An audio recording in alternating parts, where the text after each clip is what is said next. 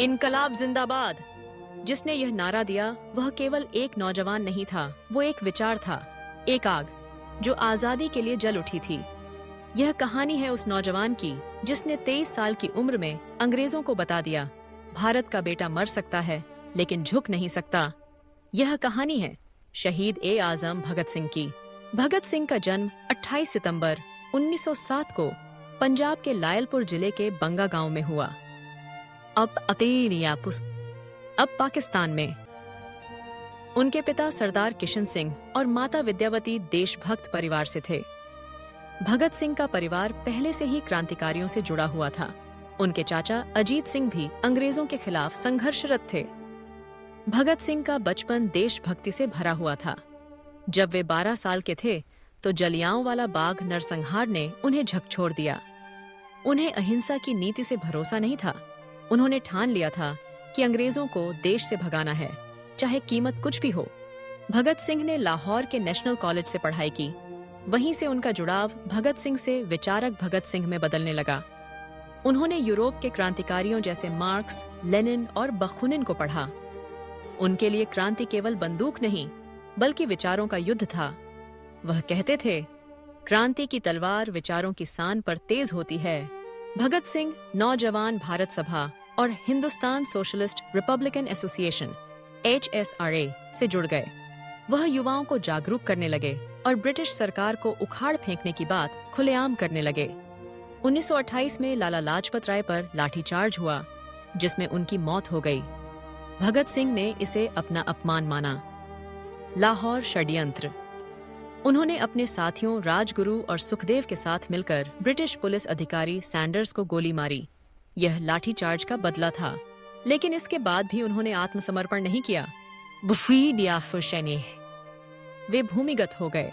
8 अप्रैल 1946 को भगत सिंह और बटुकेश्वर दत्त ने दिल्ली की केंद्रीय असेंबली में बम फेंका, लेकिन ये बम जानलेवा नहीं थे। उनका उद्देश्य था सरकार को झकझोरना।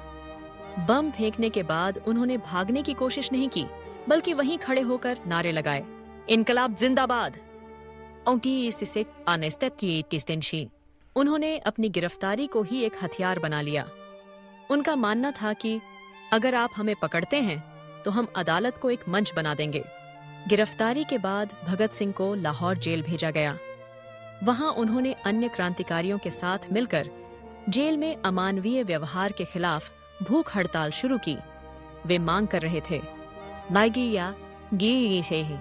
राजनीतिक कैदी का दर्जा खाना समान होना, साफ सफाई की व्यवस्था। उनकी यह भूख हड़ताल 116 दिन तक चली, इतिहास की सबसे लंबी हड़तालों में से एक। अंग्रेज डर गए लेकिन झुके नहीं। ब्रिटिश सरकार ने भगत सिंह, राजगुरु और सुखदेव पर मुकदमा चलाया, लाहौर षड्यंत्र केस। बिना उचित सुनवाई के तीनों को फांसी की सजा सुना दी गई। 23 मार्च 1931 शाम 7:30 बजे भगत सिंह, राजगुरु और सुखदेव को लाहौर जेल में फांसी दी गई। भगत सिंह उस वक्त सिर्फ 23 साल के थे। उनकी अंतिम इच्छा थी, मुझे गोली मार दी जाए जैसे योद्धा को मारा जाता है।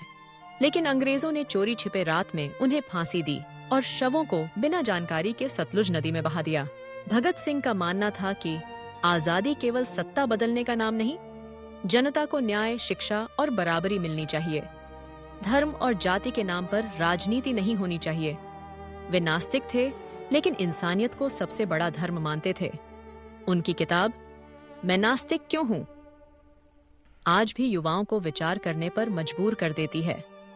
आज भी भगत सिंह केवल एक नाम नहीं, एक विचारधारा है जो हर युवा के दिल में जोश भर देती है।